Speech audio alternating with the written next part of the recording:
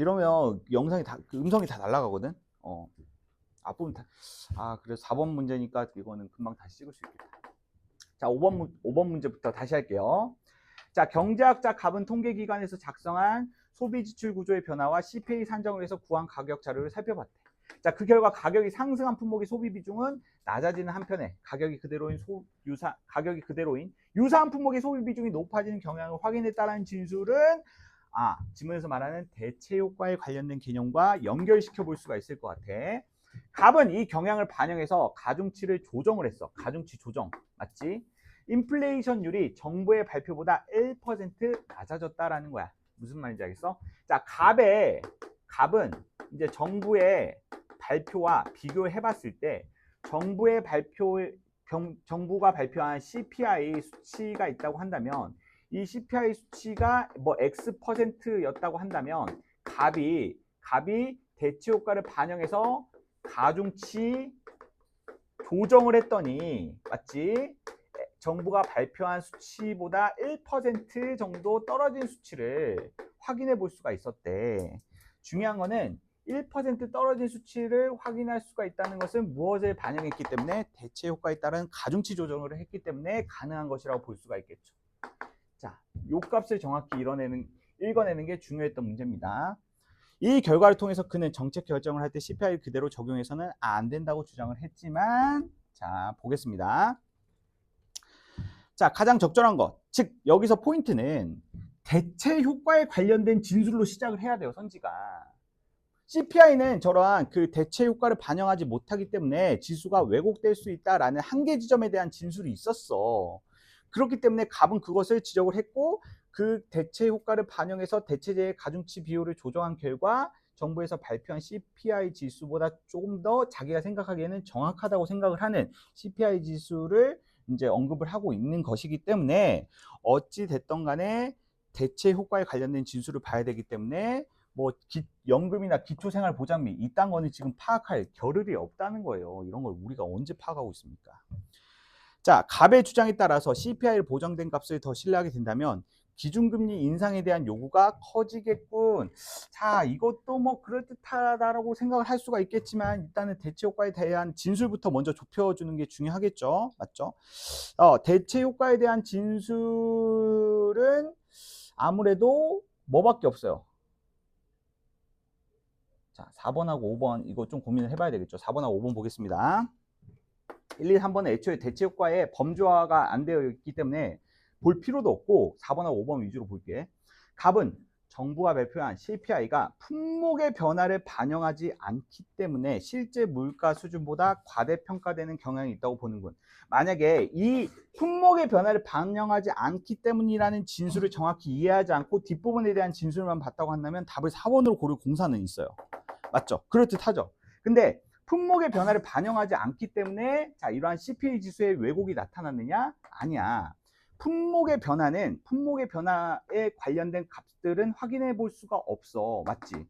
품목의 변화가 아니라 가격이 그대로인 유사한 품목의 소비 비중이 높아지는 경향을 확인했는데 그렇다면 유사한 품목의 소비 비중이 원래는 CPI 지수 품목에 포함되어 있지 않다가 포함됐거나 뭐 그러한 식의 정보가 나와야 되는데 그러한 정보가 나오고 있지 않잖아.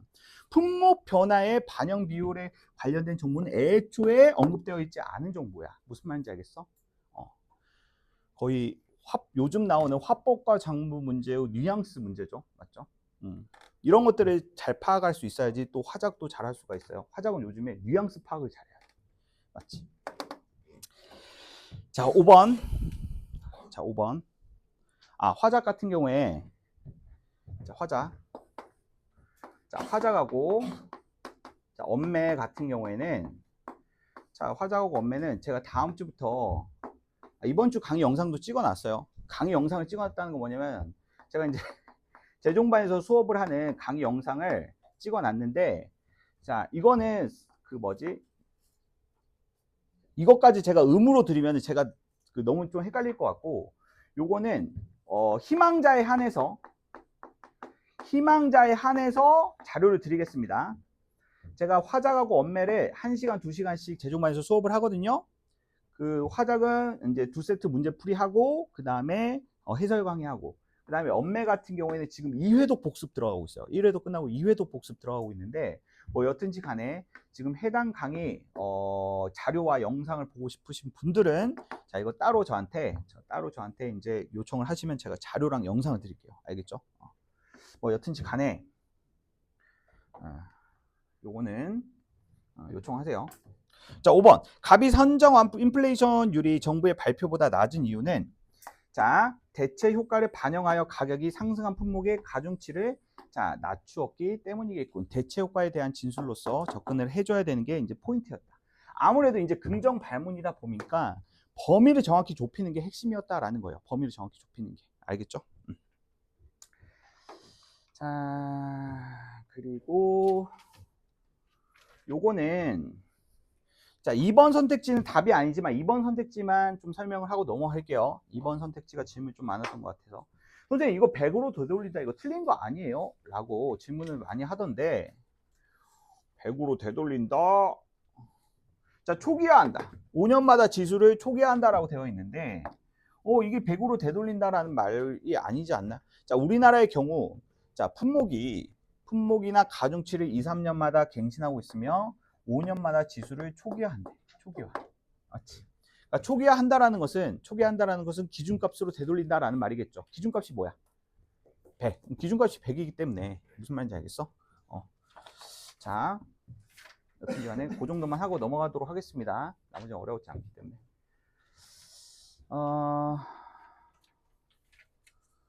유클리드 기하학 보도록 하겠습니다. 유클리드 기하학. 자, 30페이지 유클리드 기하학. 자, 첫 번째 문단 같은 경우에는 유클리드 기하학에 대해서 설명을 해주고 있어. 자, 여기에서 여기까지. 여기에서 여기까지 범위 설정 한번 해보자. 자, 지금 괄호표 시친 정보는 우리 그 수능특강 인문 7번 지문에서 나왔던 지식의 토대론에 무슨 개념과 동일하냐면 이거 무한 후퇴 논증하고 동일해요.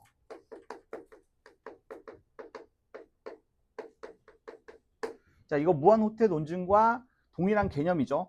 자, 어떠한 명제 A가 참이라는 것을 증명하기 위해서는 맞지? 자, 이미 참으로 인정된 명제 B로부터 B를 논리적으로 B가 이제 근거로서 A를 참으로 인정할 수 있는 자 그런 논리체계로 이루어져 있는데 근데 B가 또 참이라는 것을 증명하기 위해서는 또 C도 필요하고 맞지? C가 또 참이라는 것을 인정하기 위해서는 D도 필요하고 이런 식으로 어떠한 특정 명제가 참이라는 것을 증명하기 위해서는 그 참임을 증명하는 또 다른 명제가 또 참이라는 것이 전제되어 있어야 되기 때문에 이런 식의 이제 논증 구조는 어때? 결국에는 끝이 없기 때문에 결국에는 명확하게 직관적으로 홀로서 참이 되는 명제는 존재하지 않는다라는 그 문제가 있었어요. 맞죠? 그것을 무한 후퇴 논증이라고 했는데 지식의 토대론에서는 이러한 문제를 어떻게 해결했죠? 지식의 토대론에서는 어떠한 특정 명제를 설정을 했어. 특정 명제는 다른 명제의 근거 없이 스스로가 참이 되는 것을 스스로 증명할 수 있는 기초 믿음이라는 명제를 하나 설정함으로써 이런 무한 후퇴 논증을 종결시켰죠. 기억나시나요? 오케이? 근데 여기서 이 지문은 기초 믿음에 해당되는 것을 공리라는 개념으로 설명을 해주고 있다라는 거야. 알겠어? 이 공리라는 것은 기초 믿음과는 좀 다르게 직관적으로 참임이 자명한 것들 맞지? 직관적으로 참임이 자명한 진술이라고 그 근거를 따고 있습니다. 누가 봐도 이 A는 그냥 참이라는 거야. 직관적으로 봤을 때.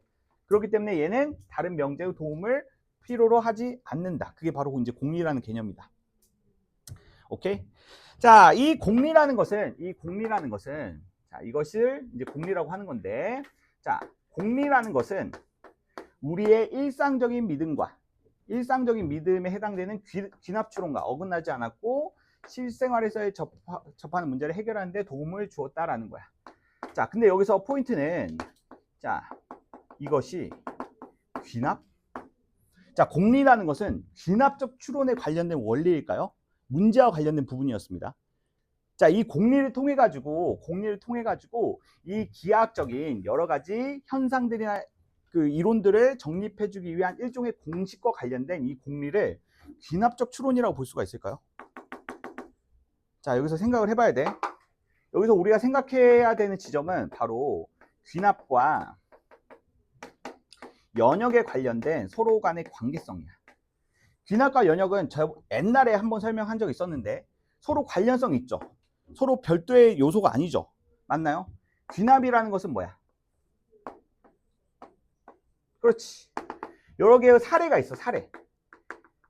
여러 개의 사례를 통해 가지고 결론인 A를 도출하고, 이게 결론. 맞지? 이 수많은 사례들을 통해 가지고 이 사례가 공통적으로 함의하고 있는 특정한 정보 진술인 결론을 도출하고, 맞죠? 결론 도출하는 것을 우리는 귀납이라고 하죠. 여기까지, 여기서 여기까지가 이제 귀납이에요. 귀납. 이 결론은 다시 뭐가 돼요? 대전제가 돼요. 개별적인 사례의 관찰을 통해서 도출한 결과인 결론은 대전제가 되어 또 다른 개별적인 사례를 분석하는 데 쓰이는 게, 바로 여기서 여기까지가 바로 연역이라 볼 수가 있겠죠. 맞나요?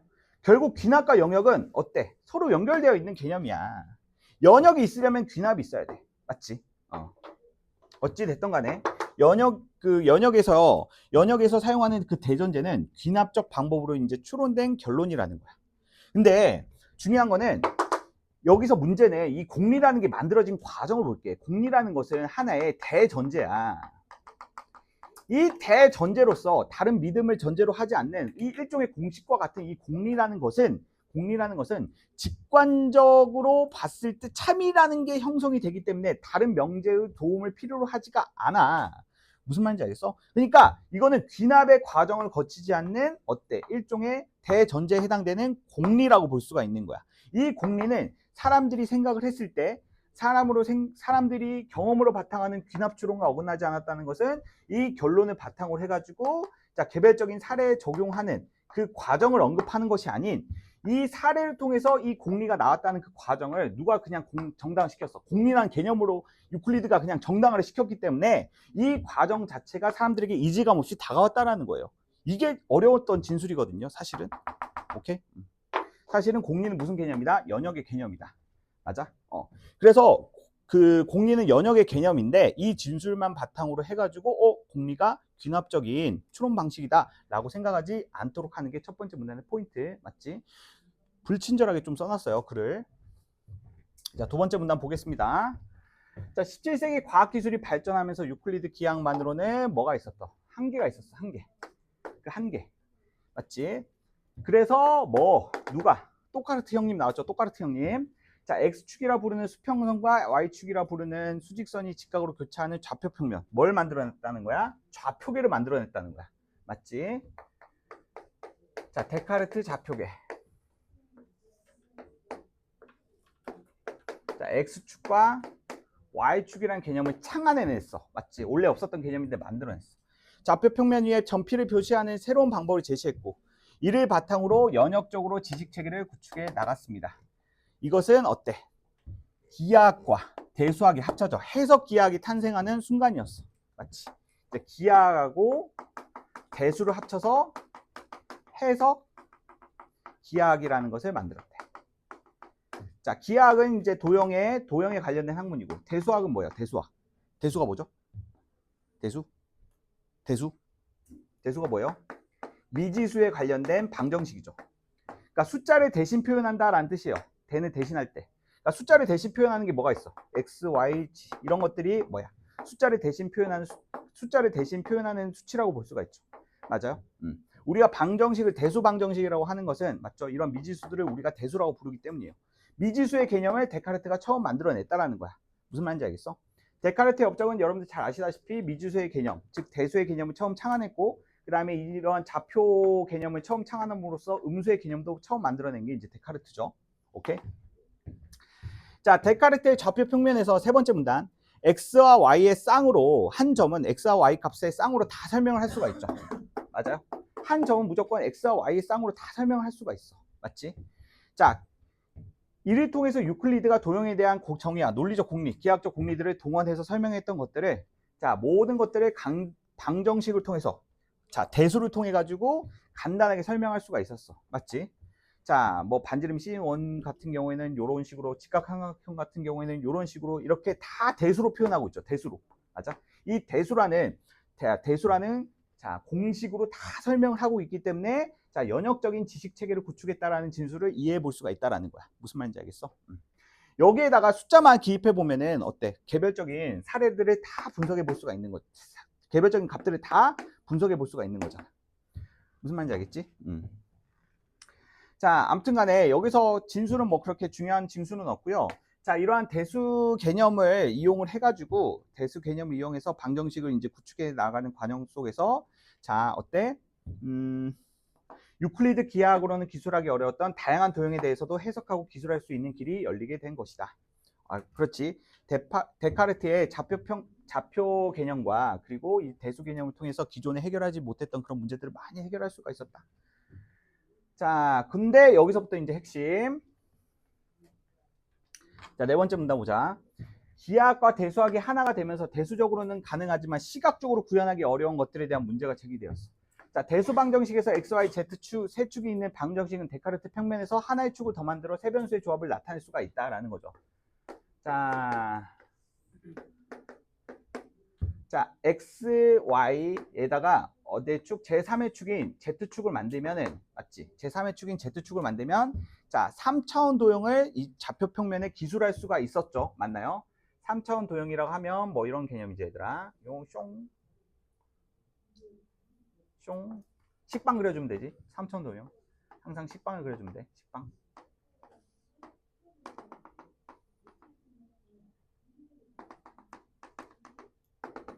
자, 3차원 도형이 있다고 했을 때 맞지? 이 3차원 도형을 이제 시각적으로 구현하려면 무슨 축? 그렇지. 여기다가 Z축을 하나 딱 추가해주면은 맞아? 그러면은 X, Y, Z라는 세 개의 대수로 3차원 도형까지도 표현할 수가 있었다라는 거야. 오케이? 방정식을 만족하는 점들은 3차원의 입체 도형으로 나타날 수가 있고, 그런데 4개 이상의 변수가 있는 대수 방정식의 경우, 이게 이제 포인트야, 이 지문에서. 여기서 하나의 변수가 하나 더 추가하게 된다. 하나의 변수가 더 추가되게 된다면 데카르트의 좌표계에서는 더 이상 그 추가되는 변수를 기입할 수 없는 문제가 생긴다라는 거야. 무슨 말인지 알겠어? 그렇다면 이 추가되는 변수라는 게 바로 뭔데? 이 추가되는 변수는 자, 여기서는 언급되어 있진 않지만 이 추가되는 변수는 바로 시간에 관련된 축이야. 맞지? 시간에 관련된 축을 우리가 t값이라고 본다고 한다면 맞아? 자, 0차원은 뭐야, 얘들아?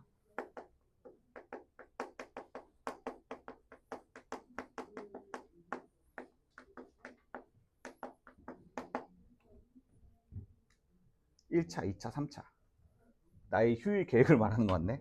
자, 얘들아, 나는 자, 0차원 점, 선, 면, 3차 면이 모인 거. 식빵. 자, 이랬을 때 0차원부터 3차원까지는 시각적으로 구현할 수가 있었어. 맞지? 시각적으로 구현할 수 있는데 이제 4차원 같은 경우에는 이제 이 3차원에 존재하는 그 이 도형들이나 우리의 물체들 맞지? 이런 것들이 시각적으로 구현할 수 있어야 되는데 이거는 시각적으로 좀 구현하기 힘든 그런 문제점이 생겼다라는 거야. 무슨 말인지 알겠어? 그러니까 생각은 해볼 수 있어. 생각은 해볼 수가 있는데 4차원 이상의 도형을 생각하면서 겪는 어려움은 어떤 도형을 정신적으로 구현하는 것과 달리 중요한 거는 시각적으로 우리가 표현하는데 좀 한계가 있었다라는 문제점이 발생을 했대. 오케이? 그래서 그렇다고 한다면 이제 4차원 도형을 어떻게 시각화시킬 수가 있느냐라고 했을 때 그것은 바로 그 다음 차원의 도형을 상정을 해가지고 그것을 잘라보면은 해당 차원을 판단할 수가 있다는 거죠. 가령 이 차원의 면을 상정하는 방법은 시각적으로 상정하는 반면은 이 3차원의 이 직사각형을 반으로 잘라보면은 그 반으로 잘라봤을 때 한 단면이 바로 2차원의 하나의 면이 되기 때문에 맞지? 바로 다음 차원에 그 구성하고 있는 도형을 단면으로 잘랐을 때 바로 그 직전 차원의 도형의 시각적인 면을 확인해 볼 수 있다는 진술이 그 다음 문단의 정보예요. 맞죠? 자, 그래서 이처럼 어떤 도형을 절단했을 때 한 차원 낮은 도형이 나타나는 것을 통해서 4차원 도형의 한 절단면은 우리가 시각적으로 인식할 수 있는 3차원 도형이 된다는 것을 생각해 볼 수가 있다. 자, 그러면은 이 3차원 도형 있죠. 3차원 도형. 이 3차원 도형은 4차원 도형의 한 단면이래. 자, 그러면 식빵이 있어, 여전히.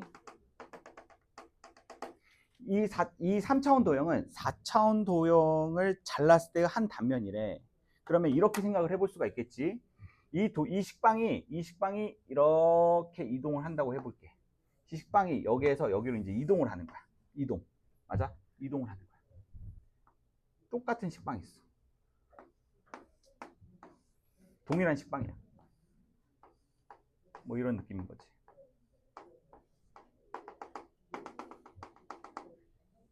이랬을 때 둘 다 이것도 3차원이고 이것도 3차원 도형이지. 맞지? 근데 여기에 이제 4차원의 축을 추가해 주는 거야. 4차원의 축을 임의 축을 추가해 주는 건데 이건 시간의 흐름에 따른 축이라고 볼 수가 있어. 맞지? 그랬을 때 이랬을 때 식빵이 이 해당 위치에서 이 다음 해당 위치로 이동을 했다고 가정을 해볼게. 이동을 했다고. 그러면은 이동하는 과정 속에서 이 해당 식빵이 그 약간 좀 우리가 이제 그 스냅 사진 찍는 거 마냥, 맞아? 스냅 사진 찍는 거 마냥 프레임 단위로 이 식빵이 자신의 움직임을 수없이 많이 남기고 있다고 가정을 해볼게요. 수없이 많이 남기고 있다. 맞아? 이렇게 수없이 많은 맞아? 흔적을 남기면서 위치 이동을 하고 있다고 가정을 했을 때, 맞지?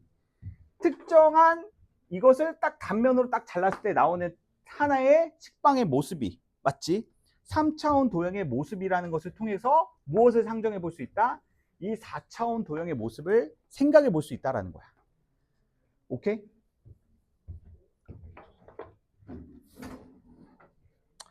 자, 국어 가르치기 힘들다. 자, 아무튼 이런 4차원 도형을 우리가 사는 공간 속에 그려내기는 어렵지만 4차원 도형의 한 절단면이 3차원 도형이라는 거, 3차원 도형이라는 것은 물리 현상을 설명하는 데 유용한 아이디어를 제공한다. 뭐 여기서 쭉 나오고 있는데 공간적 위치는 3차원의 좌표로 다 기술할 수가 있어. 딱 이 해당 공간적 좌표의 위치는 여기에 Z라는 축을 그 상정해 주면은 자, X축의 값, Y축의 값, Z축의 값, 이 세 개의 값만 가지고, 맞지? 해당 좌표들을 다 우리가 설명해 볼 수가 있다라는 거야. 무슨 말인지 알겠어? 근데 여기에 플러스, 자, 발생한 시간의 네 번째 변수가 될 수가 있대. 맞지? 이게 데카르트 좌표계에 있다고 가정을 해보면 이렇게 이렇게 자, 데카르트 좌표계에 있다고 가정을 해보면, 맞지? 데카르트 좌표계에 있다고 가정을 해보면 이 각각의 3차원 식빵들의 3차원 좌표는 우리가 이미 구할 수가 있어. 이미 구할 수 있다고 가정을 할게. 근데 지금 이 식빵이 이 해당 위치에서 요 위치로, 맞지? 요 위치에서 5초라는 시간 이후에 요 식빵의 위치가 이제 변했다고 가정을 할게. 맞아? 그러니까 해당 식빵은 원래 이 위치에 있었는데 5초 후에 어디로 이동한 거야? 해당 요 위치로 이동을 한 거야. 맞아? 한 번에 순간 이동을 하지 않고 이동하는 순간 수없이 많은 자신의 모습의 흔적을 남기면서 이렇게 이동했다고 가정을 할게. 무슨 말인지 알겠어? 자, 그랬을 때 여기서 해당 시간의 좌표값 t라는 값을 하나의 변수 값으로 측정하게 된다고 한다면 그러면은 뭐 알 수가 있다라는 말인데 전 잘 모르겠어요. t라는 값이 지정이 되면 시간에 따른 움직이는 물체를 좌표로 나타낼 수 있다고 하는데 제가 설명할 수 있는 건 이게 전부입니다. 전 잘 모르겠어요. 맞죠? 아무튼 간에 뭐 그렇다고 합니다. 자, 왜 이게 국어 지문에 나온지 모르겠어요. 자, 시간이라는 변수는 순서에 따른 인과관계가 있으므로 자, 4개의 변수를 사용하면 물리적 사건을 오류가 없이 기술할 수가 있다라는 것이다. 그러니까 t라는 축을 데카르트 축에서는 이제 추가할 수는 없겠지만 제가 그냥 임의로 추가를 해가지고 이해를 돕기 위해서 이제 설명을 한 겁니다. 맞죠? 그렇다고 한다면 이것도 시간의 축이 x축과 좀 구분되는 별도의 축을 구성하고 있다고 가정을 해보면, 그렇다면 이 점하고 이 점의 비교는 맞지? 이 점하고 이 점의 비교는 어때? 뭐 값은 달라. 뭐 값은 같아. 잘 봐봐. 그러니까 이 개념은 상정할 수 있어. 그러니까 이 식빵이 동일한 그 식빵이 이 위치에서 이 위치로 지금 이동하는 과정에서 수없이 많은 궤적을 남기고 있다고 가정을 해볼게. 자, 그랬을 때 이 해당 식빵에 요 해당되는 좌표의 값은 특정한 x의 값, y의 값, z의 값, 그 다음에 t의 값이라는 4개의 변수로 이 해당 좌표를 설명한다고 가정을 해볼게. 맞지? 그랬을 때 요 값하고 요 값을 비교해 보는 거야. 맞지? 그랬을 때 이 처음에 나오는 좌표하고 두 번째 나오는 좌표하고 맞지? 처음에 나오는 좌표를 x1, y1, z1, t1이라고 하고 두 번째 나오는 좌표를 x1, y1, x2, y2, z2, t2라고 해볼게. 그랬을 때 x하고 동일하게 이렇게 x축의 좌표값과 y축의 좌표값은 동일하게 유지된다고 가정을 했을 때 지금 x1 값과 x2 값은 같을까 다를까? x1 값과 x2 값은 다르겠지. 지금 x축의 값은 직관적으로 확인은 가능하잖아. 이건 달라. 근데 y1 값과 y2의 값은 어떨까? 같아요. 직관적으로 같아요. 자, 그리고 z1의 값과 z2의 값은 어떨까? 이것도 같아요. 근데 t1의 값과 t2의 값은 뭐야?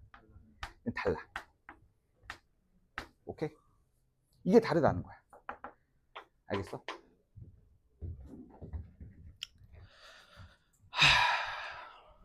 여기까지만 하겠습니다. 여기까지만 할게요. 더 하는 거는 제가 불가능해요. 더 하는 건 불가능해요. 어떻게 더해? 살려주세요. 아니 선을 넘는 게 많아요. 수능 완성이. 그 뭐였지? 재재작년에 나왔던 게 진짜 선 넘었는데 기억도 잘 안 나. 그 무슨 뭐 행성 간 거리 계산하는 거였는데 자, 1번부터 보겠습니다. 내용일치 문제죠. 윗글이고 내용일치이기 때문에 전체적으로 이제 한번 봐야 될 것 같아. 자, 유클리드 기하학은 사람들의 경험과 어긋나는 부분이 있지 않았죠. 귀납적으로 다 설명이 되는 부분들이 또 있었고. 자, 그리고 데카르트의 좌표평면에서 원은 변수가 3개인 방정식으로 표현이 된다. 자, O 변수 3개 맞나요? 아니죠. 변수는 x, y 2개밖에 없어요. 맞죠? 요거는 뭐예요? 수치예요. 수치 상수예요. 자, 방정식을 나타낸 선에는 그 방정식을 만족하지 못하는 점도 존재할 수가 있으면은 존재할 수도 있으면 데카르트가 이렇게 높은 평가를 받지가 않았겠죠. 자, 4차원 이상의 도형을 상상은 할 수 있지만 실제로 존재하는 것은 아니라 시각적으로 구현하기 좀 힘들 뿐이지. 맞지? 존재할 수는 있죠. 실제로 그려보면은 인터넷 찾아보면은 막 뭐 이상하게 막 되게 많이 있더라고. 맞지? 심심하면 한번 찾아보세요. 자, 어떤 물체가 시간에 따라 이동한 것은 변수가 4개인 방정식으로 나타낼 수가 있고, 맞지? 4개의 좌표값으로 나타낼 수가 있다라는 말은 변수가 4개인 방정식으로 나타낼 수 있다는 말로 설명을 할 수가 있겠죠. 맞아? 그러니까 2차원이면 2차 방정식, 3차원의 값을 구하기 위해서는 3차 방정식, 4차원의 시간에 따른 대상의 이동에 관련된 궤적들을 계산하는 것은 자, 미지수가 4개인 4차 방정식, 그렇게 구할 수가 있다라고 언급을 하고 있죠. 맞나요? 자, 그렇습니다. 자, 넘어가시고. 자, 2번 문제 볼게요. 2번 문제가 좀 재밌었던 것 같은데, 재밌었다기보다는 그냥 좀 풀만했던 것 같은데, 잘 봅시다. 가부터 볼게요. 두 직선이 한 직선과 교차할 때 동측 내각의 합이 180 미만이면 두 직선은 동측 내각의 합이 180 미만의 쪽에 한 점에서 만난다. 이는 참임이 직관적으로 자명하다라고 되어 있는데, 자, 봐봐. 이거를 이해하는 게 베스트긴 해. 근데 중요한 건 이거는 그냥 우리가 공리라고 받아들여야 돼. 공리라고. 맞아? 공리라고 받아내. 왜냐하면 직관적으로 참임이 자명하대. 맞지? 자, 두 직선이 있고, 직선이란 말은 뭐예요? 직선이란 말은 끝없이 이어지고 있다라는 말에 전제되어 있는 정보죠. 직선이란 말이. 그랬을 때 한 직선과 교차를 했을 때, 자, 한 직선과 교차를 했을 때 동축 내각이라는 것은 요 각들을 말하는 거지. 맞지?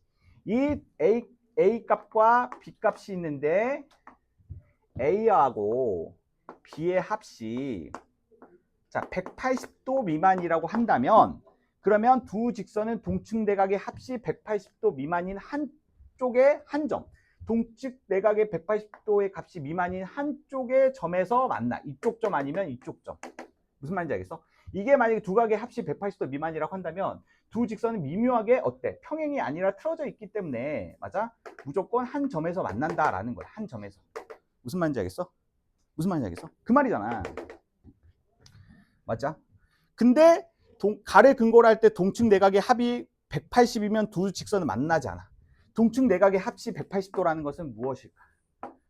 동축 내각의 합이 90도를 말해. 그럼 두 직선은 평행한다라는 말이겠지. 맞지? 자, 동축 내각의 합이 180도인 대변이 한 쌍 있는 사각형을 사다리꼴이라고 한다.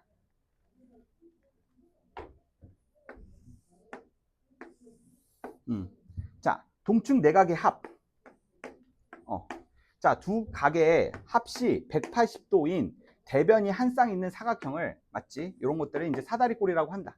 중요한 거는, 자, 가를 근거로 해가지고 각각의 나가 지금 이 가라는 공리를 통해서 이끌어낼 수 있는 공식들이라고 볼 수가 있겠죠. 맞나요? 자, 공간 A에서는 가의 두 직선에 대한 명제가 항상 참이지만 공간 B에서는 반드시 참인 것은 아니다. 자, 이거는 특정한 공간적 진술에 대한 명제라고 볼 수가 있을 것 같은데, 근데 여기서는 공간 A와 B라는 공간이 서로 다른 어떤 같은 공식이 적용되지 않는 별도의 공간이라는 것을 전제를 해서 접근해야 되는 좀 까다로운 내용이지 않았나라고 생각이 됩니다. 자, 1번 볼게요. 가에서 두 직선이 한 직선과 교차할 때 동축 내각의 합이 180도 미만이면 한 점에서 만난다는 참이며, 맞죠? 증명을 필요로 하지 않는다는 점에서, 자, 중요한 건 어때? 이것은 공리라고 할 수가 있어. 왜냐하면 참임이 직관적으로 자명하기 때문에. 맞아? 이게 180도 미만이면 무조건 두 직선은 한 점에서 만날 거야. 만약에 두 직선이 180도 이상이라고 한다면 어때? 한 점에서 정확히 만나지 않을 것이고. 맞지? 자, 나는 참임이 직관적으로 자명한 명제를 근거로 논리적으로 도출한 것이므로, 그러니까 나는 가를 근거로 도출한 것이 맞느냐? 공리를 통해서 도출한 것이기 때문에 이것도 어때? 참이라고 봐야 되겠죠. 이것은 가라는 공리를 기반으로 구축한 지식이라고 할 수가 있겠군. 중요한 거는 가를 공리라고 때려 박았으면은 나머지 것들도 다 털 수가 있는 선택지였다라는 게 핵심이야. 알겠어? 사실 이런 거 몰라도 돼. 이런 거 몰라도 되는데, 중요한 거는 요거를 공리라고 볼 수가 있었느냐 없었느냐, 그게 핵심이었다. 자, 다는 사다리꼴의 개념을 명확하게 규정하기 위한 정의라는 점에서 공리로 사용되는 명제와는 차이가 있겠군. 자, 요거는, 자, 요 다라는 것은 가라는 공리가 존재하지 않으면 얘 혼자 직관적으로 참임을 자명하게 증명할 수가 있지 않죠. 맞나요? 가를 필요로 하겠죠.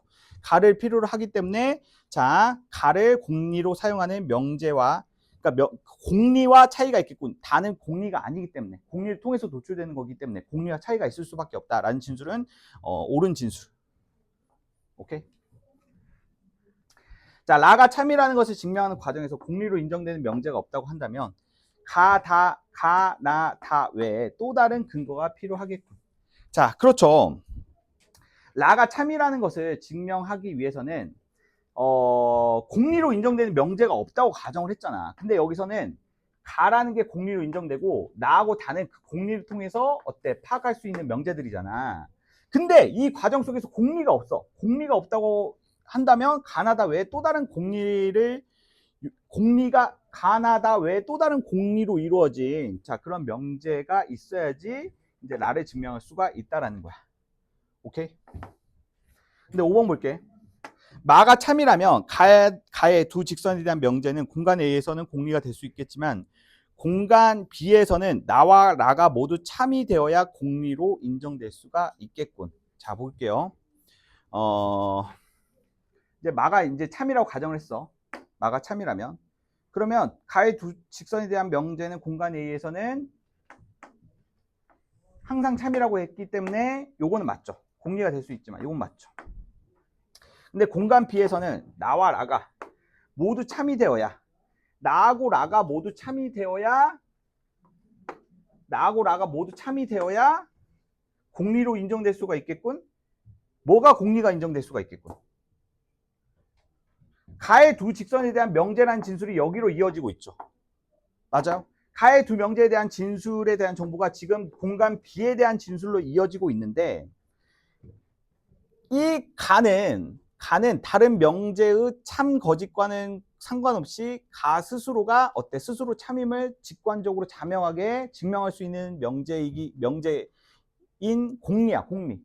그러니까 공리는 애초부터 뭐예요? 다른 명제의 참 거짓과 상관없이 그냥 스스로 직관적으로 참임을 스스로 증명할 수 있는 명제가 공리이기 때문에 다른 명제의 참 거짓이라는 그 조건에 의해서 공리 여부가 결정되지는 않는다라는 거야.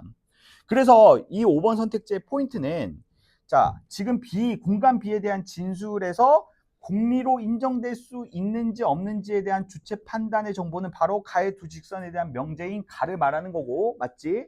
결국에 공리는 공리란 개념이 무엇이냐를 이해했냐 이해하지 못했냐를 물어보는 문제다라는 거야. 그래서 잘 봐봐 이 새끼들아, 문제가 복잡해 보이잖아. 아니 국어 문제 왜 이런 게 나와? 라고 생각을 할 수가 있겠지만, 근데 결국에는 국어 문제는 국어 문제이기 때문에 특정 개념, 지문에서 설명하고 있는 특정 개념의 이해 여부로, 맞지? 그냥 간단하게 풀린다라는 거야. 알겠어?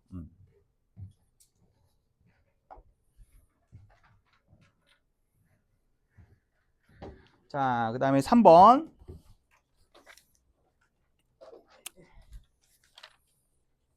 유클리드하고 데카르트죠. 자, 유클리드는 데카르트와 마찬가지로 지식체계의 바탕이 되는 명제나 방법을 사용했다. 요거는 뭐 무난했죠. 2번. 기억은 귀납 추론을 통해서, 니은은 연역 추론을 통해서 수학의 문제를 해결했다. 자, 요게 이제 아까 전에 말씀드렸던 건데,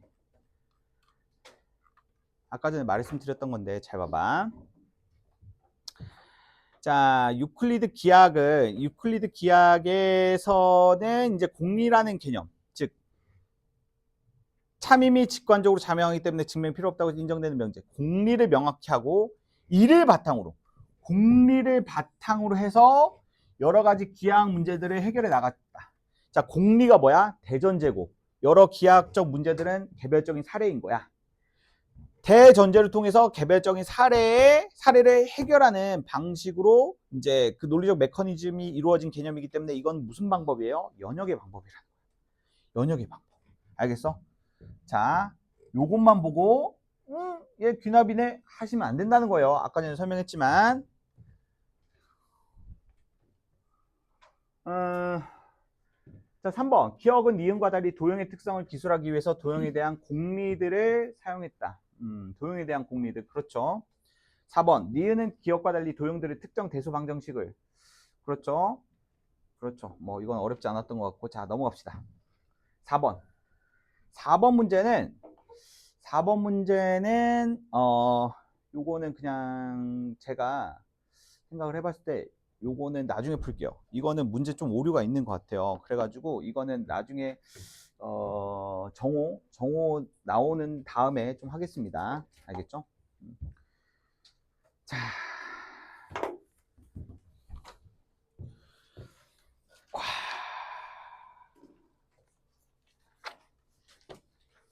자, 문학 보겠습니다. 문학. 자, 김소월의 가는 길, 강은교, 우리가 물이 되어 둘 다 출제 가능성 높지는 않아요. 간단하게만 정리하고 바로 넘어가도록 하겠습니다. 자, 춥다고? 뭐 안 와줘? 그럴 수 없잖아. 왜? 너무 좀 따뜻하고 인간적인 그거 아니었냐? 응? 야, 그 에어컨 어디 갔어? 리모컨? 리모컨 누가 가지고 있어? 누가 가지고 있어?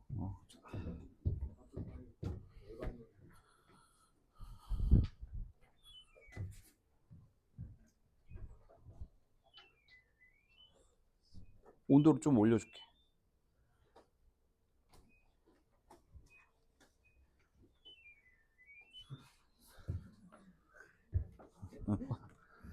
자, 김소월에 가는 길 보자. 김소월. 자, 김소월에 가는 길에서 일단 화자. 자, 대상. 자, 정서 및 태도. 자, 여기다 그냥 다 정리를 해버리자. 자, 화자는 표면에 나오고 있는 것 같아. 표면에 나오고 있진 않지. 표면에 등장하진 않고, 화자의 내면 있잖아. 화자의 내면을 중심으로 시상이 전개되고 있기 때문에 여기서는 화자의 내면이 제시되고 있다. 이렇게 봐야 돼. 그립다 말아 할까 하니 그리워. 그냥 갈까 그래도 다시 더 한번. 이건 뭐야? 누군가의 내면의 목소리겠잖아. 맞지? 이거는 화자의 내면의 목소리라고 봐야 될 것 같아. 자, 이 작품은 대상 찾기가 좀 어려운데 시적 대상 뭘로 잡아야 돼? 시적 대상. 자, 시적 대상은 보거나 말을 건네는 대상이 시적 대상이야. 보거나 말을 걸거나 생각하는 대상. 그게 시적 대상이야. 자, 지금 초반 부분에 대한 진술은 뭐에 대해서 얘기를 하고 있어? 또는 바라보고 있어?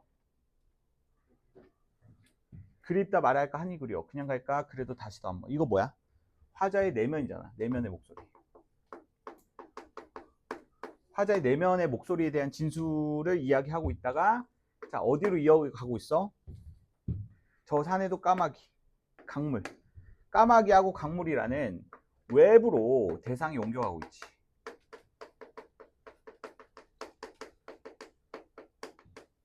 맞니?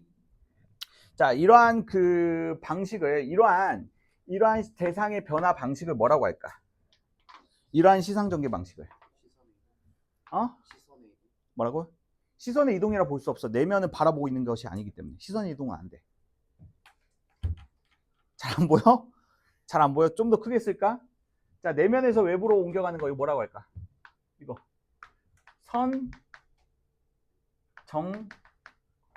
선정후경이라고 해. 선정후경. 선경후정은 들어봤죠? 이 반대 진술도 이제 성립할 수 있거든. 선경후정은 먼저 경치 제시하고 나중에 내면을 제시하는 거야. 무슨 말인지 알겠어?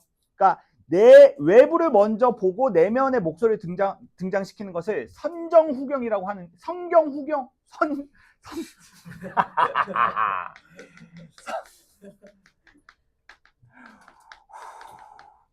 자, 죄송합니다. 딕션 이슈가 있었어요. 자, 먼저 외부의 경치를 보여주고 그 이후에 자신의 내면의 목소리를 보여주는 방식을 선경후정이라고 하는데 요거는 조금 익숙한 정보일 것 같아요. 근데 선정후경이라는 시상전개 방식도 있어. 먼저 내면의 목소리를 제시하고 그 다음에 외부의 모습을 보여주는 방식. 오케이. 자, 정서 및 태도는 어때? 정서 및 태도. 정서 및 태도는 이 내면의 자기의 목소리가 제시된 부분을 통해서 파악을 해봐야 되겠지. 그립다, 말할까, 하니 그리워. 자, 그리움의 태도. 그냥 갈까, 그래도 다시도 한번 뭐야? 미련의 태도. 자, 그리움과 미련의 태도. 서로 양립할 수 있어요? 양립할 수 없어요? 그리움과 미련. 그리움과 미련. 그리움이라는 것은 한 대상에 대해서 오롯이 그 대상을 생각을 하는 태도. 맞지? 그리고 이제 미련이라는 태도. 서로 양립할 수 있는 정서라고 볼 수가 있겠죠. 맞나요? 이 정서는 내적 갈등에 관련된 진술로 묶어볼 수가 있을 것 같아. 됐어? 자, 그립다. 그냥 갈까? 뭐 이별의 상황일 수도 있고 뭐 여러 가지 상황일 수가 있겠죠. 근데 중요한 거는 화자는 지금 어떠한 선택을 내리지 못하고 어떻게 해야 될지 모르는 갈팡질팡하고 있는 자, 그런 내적 갈등의 모습이 제시되고 있다라는 거야. 자, 여기서 이제 표현상의 특징들을 좀 보면은 자, 김소월 시의 특징이 있어. 김소월 시인의 특징이 뭐냐면 김소월 시의 특징이 있는데 이건 좀 스페셜한 정보니까 김소월 시에서 나타나는 특징이 있어. 김소월 시는 그 특징을 한마디로 정리하면은 전통적인 정서를 어떻게 표현했다? 전통적인 방법으로 표현했다. 그러니까 전통적인 정서를 표현하려고 시도한 시인들은 많아, 얘들아. 근데 그 표현한 수단에 있어서 방법까지도 옛날 방법을 가져오는 사람은 김소월밖에 없다는 거야. 전통적 방법이라고 한다면 이제 고전 시가에서 나타나는 표현법을 말하는 거거든. 고전 시가에서 사용하는 고전 시가에서 사용하는 운율을 형성하는 요소 뭐가 있어, 얘들아? 뭐가 있냐면 음보가 있어. 음보율. 그 다음에 음수율. 그 다음에 음이율. 이 세 가지가 고전 시가에서 운율을 형성한 요소거든. 뭐죠? 자, 음수율과 음이율은 내신에서나 나오는 개념이기 때문에 맞지? 그냥 듣고 그냥 그러려니 해주시면 돼. 근데 음보율은 수능에 출제된 바가 있어. 맞아? 음보율은 수능에 출제된 바가 있으니까 알아두세요. 자, 음보는 3음보하고 4음보 딱 두 가지밖에 없어. 맞지? 음보는 끊어읽기를 말하는 건데 자, 3개로 끊어읽느냐 4개로 끊어읽느냐 그런 차이점이야. 자, 3개로 끊어있는 것은 보통 고려가요에서 나타나는 특징, 4개로 끊어있는 것은 시조나 가사에서 나타나는 특징이야. 무슨 말인지 알겠어? 자, 봤을 때 이 시는 몇 개의 끊어있기 단위로 읽을 수가 있어. 그립다 말을 할까 하니 그리워. 몇 개의 끊어있기 단위? 3개의 끊어있기 단위로 읽을 수 있다는 것을 확인해 볼 수 있어. 그러니까 이건 몇 음보야? 이제 3음보야, 3음보. 맞지? 그러니까 3음보라는 것 자체가 의미하는 바는 뭐야? 아, 전통적인 방법, 고전 시가에서 운율을 형성하는 방법이라는 거야. 무슨 말인지 알겠어? 자, 좀 그거 좀 알아두시길 바라고요. 자, 그리고 또 그냥 갈까 그래도 다시 더 한번. 자, 말줄임표. 자, 말줄임표에 관련된 부분들은 무엇을 형성하기 되게 좋은 거야? 그렇지, 내적 갈등의 상황을 형성하기 가장 좋은 표현 수단이라고 볼 수가 있겠지. 점점점점점. 맞지? 자, 그리고 저산에도 까마귀, 들에 까마귀. 까마귀는 좀 불길하긴 하지만 중요한 거는 서산에는 해 진다고. 해가 진다는 것은 시간이 간다는 것을 말하는 거지. 시간이 간다고 지적이고 있어. 맞지? 까마귀는 시각과 청각이 결부된 소재라고 볼 수가 있고, 자, 앞강물, 뒷강물, 흐르는 물은 어서 따라오라고 따라가자고. 연달아 흐릅니다. 자, 강물의 속성을 보니까 시각적 이미지가 주를 이루고 있는데 얘는 의인화도 되고 있어. 맞지? 자, 얘네들의 그런 공통적인 기능은 뭐냐? 내적 갈등을 일으키고 있는 화자에게 정서적으로 좀 관련이 있는 기능을 수행을 하고 있다고 볼 수가 있어. 지금 내적 갈등을 일으키고 있는 화자에게 시간이 간다라고, 어서 따라오라고, 어때? 특정한 결단, 특정한 행위를 할 것을 요구하고 있지. 특정한 행위를 할 것을 요구하고 있다는 것은 화자의 정서와 관련된 객관적 상간물의 기능을 수행하고 있다, 이렇게 파악을 해볼 수가 있어. 화자의 정서와 관련이 있다는 거야. 정서에 영향을 주거나, 맞지? 화자의 정서에 영향을 주거나 화자의 정서와 관련이 있으면 객관적 상간물이라 볼 수가 있는데, 여기서 까마귀와 강물은 객관적 상간물의 기능을 수행을 하고 있다. 맞지? 그 객관적 상간물은 구체적으로 어떠한 기능을 수행하는데요? 화자의 행위를 어떠한 특정한 행위를 요구하는 거야. 특정한 행위를 요구, 독촉, 뭐 기타 등등. 맞지? 자, 여기 서 있지 말고 어때? 빨리 따라오라. 그러니까 이별의 상황을 받아들이라는 거죠. 상황을 인지하라는 거죠. 맞죠? 오케이? 자, 그 정도로 정리해보면 좋을 것 같아요. 자, 오케이. 넘어갑시다. 강은교.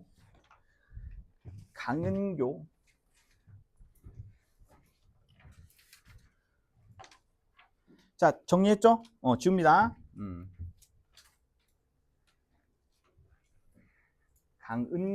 은교용 봅시다. 자, 여기서 화자는 우리로 설정되어 있어. 맞지? 우리로 설정되어 있고,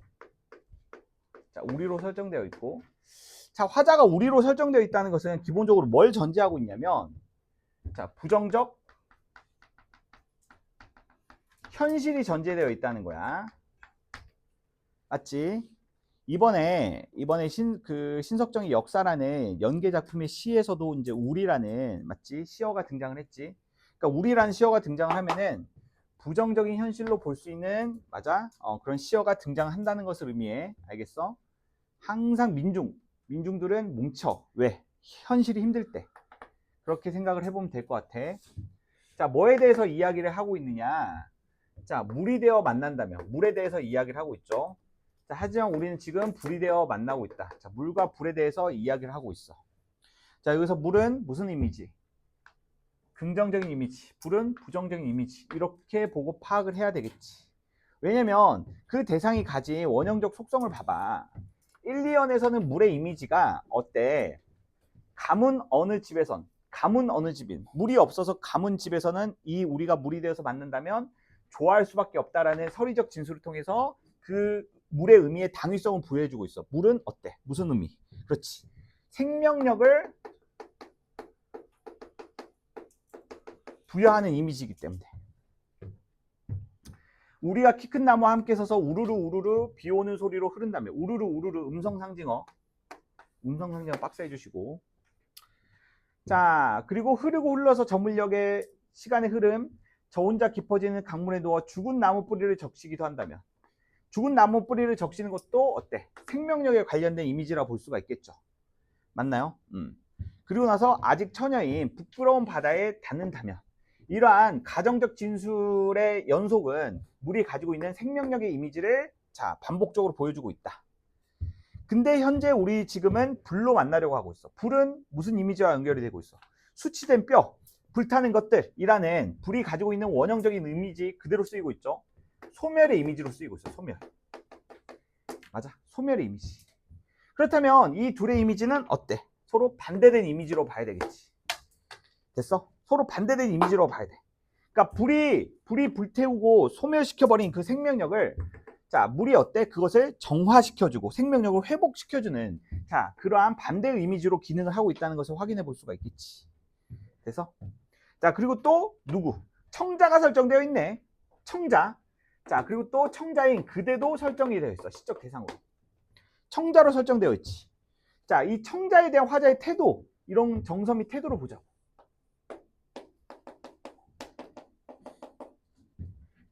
저 불이 지난 뒤에 흐르는 물로 만나자. 자, 만나자. 화자의 정서 및 태도는 자, 항상 서술에 담겨 있다. 자, 화자의 정서 및 태도는 바로 소망의 태도야. 맞아? 어떠한 소망을 보여주고 있어? 즉, 불이라고 볼 수 있는 불이라는 소멸, 즉 대립과 갈등이겠지. 이건 갈등이야, 갈등. 물은 어때? 약간 화합의 이미지. 쌤, 그냥 쌤이 알고 있는 거 대충 때려박는 거 아니에요? 아니요, 본문에서 다 유추한 거죠. 자, 흐르는 물로 만나자. 푸시시. 자, 음성상징어. 불 꺼진 소리. 불 꺼진 소리는 대립과 갈등이 소멸하는 것을 청각적으로 형상화한 소리라고 볼 수가 있겠죠.